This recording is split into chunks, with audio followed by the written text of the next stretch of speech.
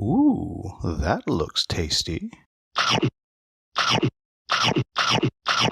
Welcome folks, Stay the Hungry Gamer is back with another mini review. Today we're talking about Old Salt from Never Board Games, designed by Tim Ferry with art by Jennifer Walsh.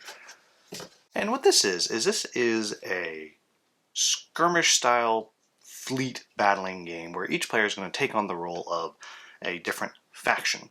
And each of the different factions has widely different faction powers and plays differently. However, each of the different players is going to have the same types of ships, and each of the ships is designated by a different color hex token that you're going to have and be able to put out onto the board. And what you're going to be doing with your fleet is you're going to be trying to conquer 6 different islands or completely wipe the other player off the map.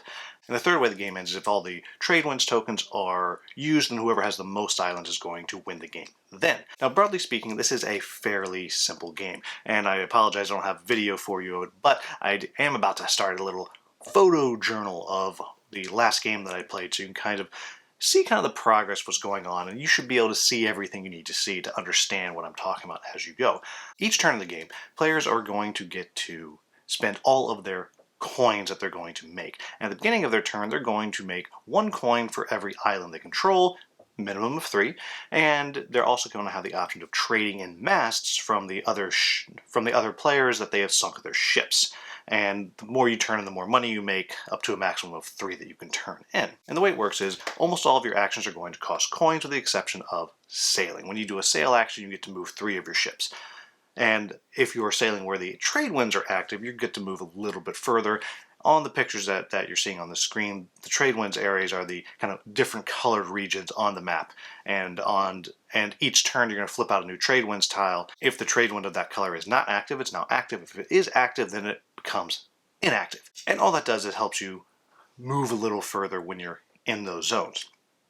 But the actions you're going to be taking are you're going to do a sail, which will let you move your ships 3 spaces unless you're in the trade winds, and in general 3 ships are what you're going to be able to use. Or you can fire, and if you're firing at a ship that is in your front arc or your rear arc, then you get to fire 1 time for 1 coin.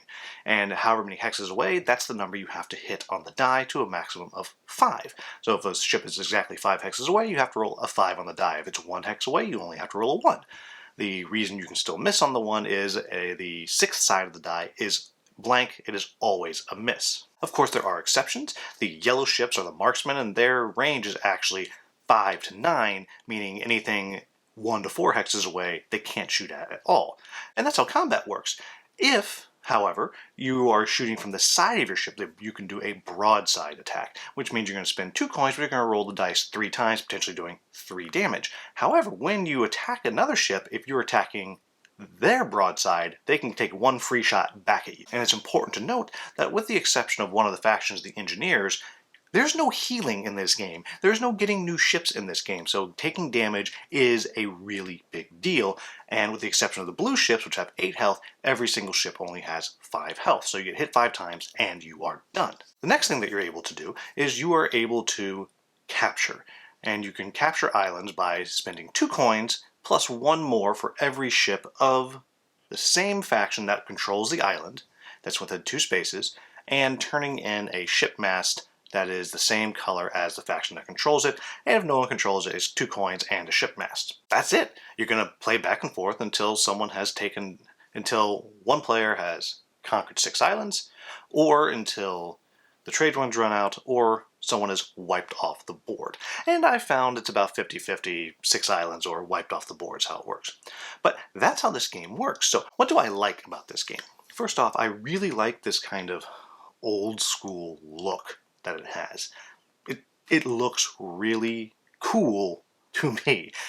It also looks very old. So I really enjoy that. I like the way the ships are these wooden hexes that you're moving around. It has the firing arcs on them. It took me a minute to kind of figure out what the front and what the back is, but once I figured it out, I was like, oh yeah, obvious.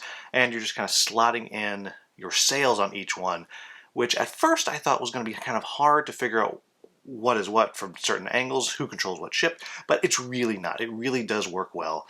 The flags look kind of nice out there. Again, it's old school looking, but it looks good all the way through, and I really do enjoy that.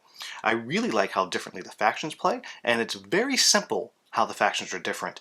It's just each one has 3 abilities, and if you're not doing a ship draft, which I also really like, that has the option to do this draft where you have 17 points, you spend it, and you get whatever ships you want. I really like that. But if you're not doing the draft, you are given a specific set of ships that you're going to use, and that's what your faction uses.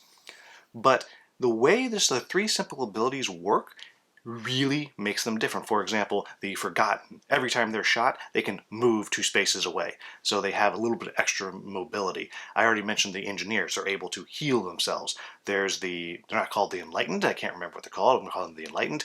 But when their ships are sunk, they get these like ascended tokens where they're basically little ships that can move around. They can't do anything, but they can kind of move around and block things, and very, very interesting. But very simple the way these things work, but it really changes up how you are going to play. I also like the, again, very simple differences between the different ships. You want one that's a tank, take a blue ship. You want to be doing a lot of damage from far away, take the yellow ship. You want to do a lot of shooting, take the red ships. They get a free shot every turn. Or maybe you want to have ships that are bombs, take the green ships. When they get destroyed, they explode. All kinds of things right there that really change up how you're going to play every single time, and I really like that. I also really appreciate that built into the game there's this thick campaign book. It's actually set up to kind of do this long campaign against other players, where the longer you go through, you're getting points that you're going to be able to use to kind of change up your own factions. They have it set up to where you can buy different abilities, so you're going to go through and kind of create your own faction as you're playing, but in addition to that, you're scoring points that are going to go to the overall win condition of the campaign. And I like that. It's a very clever little system. It's very cool that it has that in there, because it takes what is a very simple game and gives it some interesting replay. And along with that, the different scenarios that it has in there have different setups, so they're different than just the core game that I described at the beginning. Again, all of that very, very cool. Sort of my quibbles with the game. The first 2 quibbles that I have are very much component. One, the standee bases are terrible. Terrible. I'm going to find some other game that I'm not using the standee bases and sub those in, because it's so hard to get the banners into those bases. It's, I don't know, terrible standee bases. The other thing is, I wish it came with 3 dice. It comes with 1 die, and obviously you can get some other d6s and just know that the 6 is a blank. But there's times when you're rolling 3 dice. So I wish 3 dice is what it came with. Very minor quibble.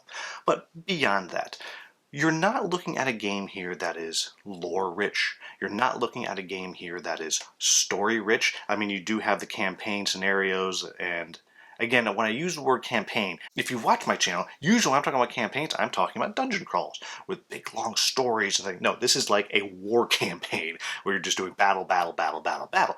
So you're not getting a ton of story here, and that's not the type of game that it is. But when you have games with factions, and I keep saying the word campaign, that's something that we think about. So you're not going to get a lot of story here. This is really about putting it down on the table and kind of having it out in this kind of naval sea battle thing. And then the second to last thing that I'm going to bring up is, I really wish there was an AI. I wish there was a way to really play it solo. It is a game that I think is pretty darn fun. It's interesting, it's easy to play, and I wish there was a solo AI that could go with it.